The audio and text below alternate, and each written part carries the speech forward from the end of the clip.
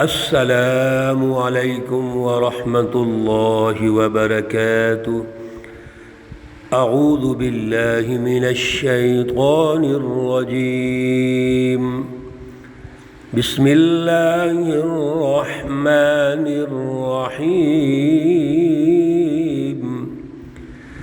فَإِذَا قُضِيَتِ الصَّلَاةُ فَانتَشِرُوا فِي الْأَرْضِ وَابْتَغُوا مِنْ فَضْلِ اللَّهِ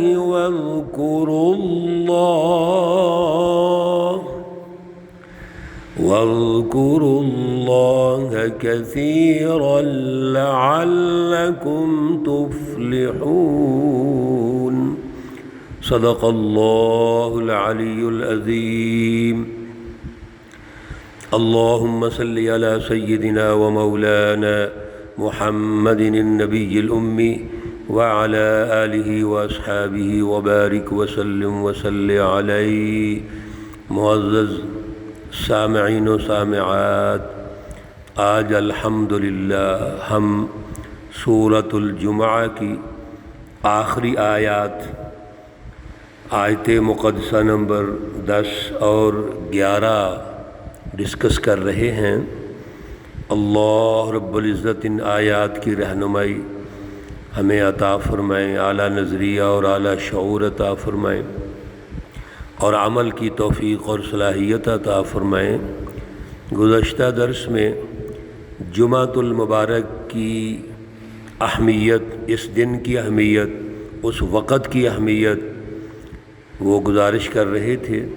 اللہ رب العزت کے ارشادات کی روشنی میں یہ دن جو جمعے کا ہے، ہفتے میں ایک دن، یہ تربیت کا دن ہے۔ کیا تربیت؟ اللہ کے جو فرامین ہیں ان کی تلاوت کی جائے، ان کو سمجھا جائے، تزکیہ نفس کیا جائے، اور اپنے نظاموں کا جائزہ لیا جائے کہ ہمارا جو سیاسی نظام ہے، ہمارا معاشی نظام کہاں کھڑا ہے، آج ہم نے کیسے ترقی کرنی ہے۔ ہم حیران ہوتے ہیں، آج سیاست کا جو عنوان ہے وہ چونکہ ہمیں سمجھ ہی نہیں کہ دینی سیاست کیا ہے۔ ہم سیاست سے مراد مفاداتی جو ہمارے رویے ہیں، جیسے ہماری کمپنیاں، یہ جو ملک کو لوٹنے والی کمپنیاں ہیں، یہ کچھ جماعتیں نہیں ہیں، یہ تو اکٹھے ہو گئے لوگ، نام انہوں نے رکھ لیا کسی سیاسی پارٹی کا، اور سیاسی نظام پر قابض ہو گئے اور عوام کو، قوم کو، ملک کو لوٹنا شروع کر دیا۔ یہ کہاں سے سیاست ہے؟ یہ سیاست تو لوٹنے والی کہہ سکتے ہیں آپ، ہماری جمہوریت بھی لوٹنے والی ہے۔ میرے عزیزو، جو دینی سیاست ہے، جو رسول اللہ صلی اللہ علیہ وسلم نے کی، صحابہ کرام نے کی، خلفائے راشدین نے کی، اس کا مرکز تو مسجد ہے، اس کی تربیت گاہ مسجد ہے۔ رسول اللہ صلی اللہ علیہ وسلم کی پوری تاریخ کا مطالعہ تو کیجئے۔ آپ نے انسانیت کے لیے جو سیاسی عدل کا نظام قائم کیا، اس کے لیے جو فرامین جاری ہوتے ہیں، آرڈیننس جاری ہوتے ہیں، وہ مسجد سے جاری ہوتے ہیں۔ مسجد میں بیٹھ کے آپ نے سسٹم کو چلایا، قومی انقلاب لے کے آئے، بین الاقوامی انقلابات آئے، مرکز کون تھا؟ مسجد نبوی شریف۔ خلفائے راشدین کے دور میں جہاد کی تیاری، مینجمنٹ، سیاسی اور معاشی مسائل کا حل کہاں سے ہوتا تھا؟ مسجد نبوی شریف سے ہوتا تھا۔ وفود کی آمد ہوتی تھی، وہ وفود نبی علیہ الصلوۃ والسلام کو کہاں ملتے تھے؟ مسجد نبوی شریف میں ملتے تھے۔ یہ ہیڈ کوارٹر ہے، دارالخلافہ کا مرکز ہے۔ یہ حضرت عمر رضی اللہ تعالی عنہ کیسر و کسریٰ کو فتح کرتے ہیں، کہاں سے؟ مسجد نبوی شریف سے۔ تو یہ ہے مسجد کا کردار۔ آج ہم نے مسجد کا کردار ہی ختم کر دیا۔ ایک محلے میں 20 مسجدیں ہیں، وہاں جمعے ہو رہے ہیں، سہولتیں پیدا کر دی گئی۔ مسجد میں جیسے نبی نبی اکرم صلی اللہ علیہ وسلم وقت کے حکمران ہیں اور وقت کے خطیب بھی ہیں، جمعہ بھی پڑھا رہے ہیں، آرڈیننس بھی جاری کر رہے ہیں، خلفائے راشدین بھی ایسے ہیں۔ تو مسجد کا جو کردار ہے وہ تو رہنمائی کا ہے۔ مسجد کا کردار انسانیت کے لیے وہ اعلیٰ سیاسی اور معاشی نظاموں کی تشکیل ہے، جیسے مسجد نبوی شریف سے ملا۔ اب اللہ رب العزت کے ارشادات کیا ہے کہ جمعے کے دن، کل کے آپ نے درس میں سن لیا کہ جب اللہ کی آواز آ جائے اللہ اکبر، فوراً مسجد میں آ جاؤ، ایک بات۔ دوسرا، کاروبار چھوڑ دو، اس کے مطلب کاروبار جاری ہے، جمعے کے دن کاروبار جاری ہے تو چھوڑ دو۔ تیسری بات، جب اذان ہو جائے تو فوراً اہتمام کے ساتھ، جیسے ہم سیکھنے کے لیے کسی کلاس میں جاتے ہیں، بیل ہو جائے فوراً بچے اکٹھے ہو جاتے ہیں، یہ ٹریننگ ہونے لگی ہے، یہ فوجی مشق ہے باقاعدہ۔ فوری طور پہ مسجد کی طرف آؤ، اس نیت سے، ادب و آداب سے کہ وہاں جا کے سیکھنا ہے، ہم نے رہنمائی لینی ہے۔ اور جب نماز ہو جائے فَإِذَا قُضِيَتِ الصَّلَاةُ، تو زمین میں پھیل جاؤ اور اللہ کا فضل تلاش کرو۔ تین باتیں ہیں، توجہ رکھیے۔ ایک تو فوراً زمین میں پھیل جاؤ، اس کا مطلب ہے کہ جمعہ پڑھنے کے بعد بھی آپ زمین میں پھیل کر وَابْتَغُوا مِنْ فَضْلِ اللَّهِ، اللہ کا فضل تلاش کرو، کاروبار میں مصروف ہو جاؤ۔ لیکن جب کاروبار میں مصروف ہوں گے تو وَاذْكُرُوا اللَّهَ كَثِيرًا، پھر اللہ کے ذکر کی طرف لوٹ آئیں۔ میرے عزیزو، رزق حلال کمانا، صحیح جاب جو ہم کرتے ہیں، امانت داری اور دیانت داری سے کرنا، یہ بھی اللہ کا ذکر ہے، یہ اللہ کا فضل ہے۔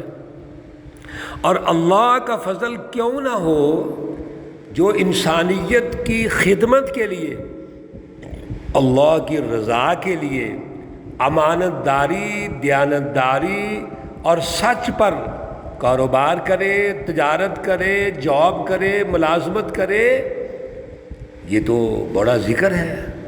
لعلکم تفلحون، تاکہ تم کامیاب ہو جاؤ، تمہیں کوئی پریشانی نہ ہو، نقصان نہ ہو۔ پتہ چلا ہے فلاح کس چیز میں ہے؟ فلاح ہے اللہ کے حکم میں۔ ہمارے ہاں تو یہ ہے، جمعے کی چھٹی ہوتی ہے اور چھٹی میں سارے لہو و لعب ہم کر رہے ہوتے ہیں، اور ماشاءاللہ جمعہ کی نماز پڑھنے بڑی مشکل لوگ جاتے ہیں، 2%، 3% لوگ نماز پڑھتے ہیں، باقی سب اپنے اپنے عیاشیوں میں لگے ہوئے ہیں۔ اور جو پڑھنے جاتے ہیں وہ بھی کوئی تربیت لینے نہیں جاتے، اور جو تربیت دے رہے ہیں وہ واقعات سنا رہے ہیں، ارکان اسلام عقائد تک بات کرتے ہیں، ان کی بالادستی کیسے ہوگی اس کی کوئی بات چیت ہی نہیں ہے۔ سیاسی اور معاشی نظام دنیا کا ہے، ادارے دنیا کے پیچھے چل رہے ہیں، امریکہ اور یورپ کے پیچھے ہیں، ہماری واز قرآن سے ہوتی ہے۔ دونوں میں ٹکراؤ ہے، دونوں میں تضاد ہے۔ کیا رسول اللہ صلی اللہ علیہ وسلم کے دور میں ایسے تھا؟ جو سیاسی احکامات، معاشی احکامات، سماجی مینجمنٹ کے احکامات قرآن سے جاری ہو رہے ہیں، وہ وقت کا حکمران جاری کر رہے ہیں، اس کا سسٹم بنا رہے ہیں، اس کی بالادستی کر رہے ہیں، اور اسی کی تاثیر ہے کہ ریاست مدینہ تشکیل ہوئی، ریاست مکہ تشکیل ہو گئی، قومی انقلابات آ گئے، اور پوری دنیا کی طرف اسلام کا غلبہ شروع ہو جاتا ہے۔ وَإِذَا رَأَوْا تِجَارَةً أَوْ لَهْوًا انفَضُّوا إِلَيْهَا، یہ جو مارکیٹ ہے، کاروبار ہے، اس کا تجزیہ کر رہے ہیں اللہ تعالیٰ کہ یہ جو جمعے کے دن جمعے کا خطبے ہیں، تربیت ہے، رہنمائی ہے، وہ اہم ہے، اس کو نہیں چھوڑنا۔ ایک واقعہ کے تناظر میں اس آیت مقدسہ میں اللہ نے رہنمائی دی ہے۔ رسول اللہ صلی اللہ علیہ وسلم خطبہ ارشاد فرما رہے ہیں، اور باہر سے قحط پڑا ہوا تھا، غلہ آ گیا، نقارہ بجا غلہ لینے کے لیے، تو صحابہ کرام اٹھ کے اس طرف چل پڑے۔ صرف 12 صحابہ کرام موجود ہیں خلفائے راشدین اور ان کے علاوہ، باقی سب چلے گئے۔ چونکہ ایک واقعہ ہونا تھا، اس واقعے کے تناظر میں اللہ بات سمجھا رہے ہیں کہ یاد رکھو یہ جو تربیت ہو رہی ہے اس وقت، اور پھر رسول اللہ صلی اللہ علیہ وسلم تربیت فرما رہے ہیں، یہ اہم ہے اس دنیا کے کاروبار سے۔ یہاں باقاعدہ اس کا بھی آرڈیننس جاری کر دیا، اس لیے جمعہ کے دوران اس کی رہنمائی اور تربیت اور ٹریننگ کے دوران اب پابندی ہے، کوئی باہر نہیں جا سکتا، کوئی دوسرا کام نہیں کر سکتا، یہ حرام اور ناجائز ہے۔ وَإِذَا رَأَوْا تِجَارَةً، جب آپ نے کوئی تجارت دیکھی، او لہو، یا کچھ تماشا، لہو کہتے ہیں وہ چیز جو اللہ کی یاد سے دور کر دے، کھیل تماشا جس سے اللہ کی یاد دور ہو جاتی ہے، انفضوا الیہا، آپ اس کی طرف چل پڑے، وترکوک قائما، اور آپ رسول اللہ صلی اللہ علیہ وسلم خطبہ ارشاد فرما رہے ہیں اور ان کو چھوڑ دیا، یعنی تربیت لینے کے لیے جو مرکز ہے اس کو چھوڑ کے ہم کھیل تماشے کی طرف چلے گئے، سودے بازی کی طرف چلے گئے، ہماری توجہ بٹ گئی۔ قل، اے رسول صلی اللہ علیہ وسلم فرما دیجئے، ما عند اللہ خیر، جو اللہ کے پاس ہے وہ بہت بہتر ہے، من اللہو و من التجارہ، یہ جو کھیل کود ہے، تماشا ہے، تجارت ہے، ان سے اللہ کے پاس بڑی رہنمائی ہے۔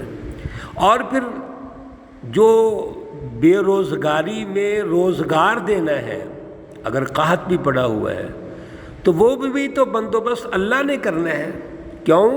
واللہ خیر الرازقین، اللہ بہتر ہے رزق دینے والے۔ رزق کے لیے ہم اپنی کلاس سے بھاگ جائیں، ہم اپنے مرکز سے دور ہو جائیں، ٹریننگ اور تربیت سے دور ہو جائیں، اس کی اجازت نہیں ہے۔ اس لیے پابندی لگا دی گئی کہ ہفتے میں ایک دن جمعے کا دن، اور وہ وقت 4 رکعتیں ظہر کی ہوتی ہیں، یہاں 2 رکعتیں کر دی گئیں، کیوں؟ تاکہ یہ تربیت کا دن ہے، تربیت پر فوکس کیا جائے، ٹریننگ پر فوکس کیا جائے، اور پھر اس پر باقاعدہ ماحول ہونا چاہیے۔ میرے عزیزو، یہ بڑی اہم گفتگو جمعے کے دن کے حوالے سے، جمعے کے وقت کے اعتبار سے ہے، اس کے جو مراکز، اس کے SOPs، اور بالخصوص وقت کے جو حکمران ہیں، یہ ان کی ڈیوٹی اور ذمہ داری ہے۔ مسلم ممالک میں، جہاں مسلمان ممالک ہیں، پاکستان کا مطلب کیا؟ لا الہ الا اللہ کے نام پہ ہم نے یہ ملک حاصل کیا ہے، یہاں کے حکمران ایسے ہونے چاہیے جو اللہ کے ان فرامین، آرڈیننس، احکامات کا نفاذ کریں، سمجھائیں، غور و فکر کریں، اتھارٹی رکھتے ہوں۔ وہ اتھارٹی ہونی چاہیے جو اللہ کے فرمانوں کو بیان کریں اور نفاذ کے لیے بیان کریں، محض برکت کے لیے نہیں۔ ہمارے جتنے اسکالرز ہیں، جمعہ پڑھانے والے علماء کرام ہیں، وہ تو اخلاقی واعظ کرتے ہیں، آرڈیننس تو کوئی نہیں ہوتا۔ آرڈیننس ہونا چاہیے، اور وہ کون کرے گا؟ جس کے پاس اتھارٹی ہوگی، جو وقت کا حکمران ہوگا، اور اگر اس کی بات نہیں مانی جائے گی اس پہ ایکشن لیا جائے گا۔ یہی ہمیں رہنمائی ان آیات سے ملتی ہے۔ اللہ رب العزت ہمیں اعلیٰ شعور اور اعلیٰ فہم عطا فرمائے۔ اللہ رب العزت تمام بیماروں کو شفائے کاملہ عاجلہ مستمرہ عطا فرمائے۔ اللہ رب العزت تمام مرحومین و مرحومات کو جنت الفردوس میں اعلیٰ مقام عطا فرمائے۔ ربنا تقبل منا انك انت السمیع العلیم وتب علینا انك انت التواب الرحیم، وصلی اللہ تعالی على النبي الأمي محمد وعلى آله وأصحابه أجمعين برحمتك يا أرحم الراحمين. السلام عليكم ورحمة الله وبركاته.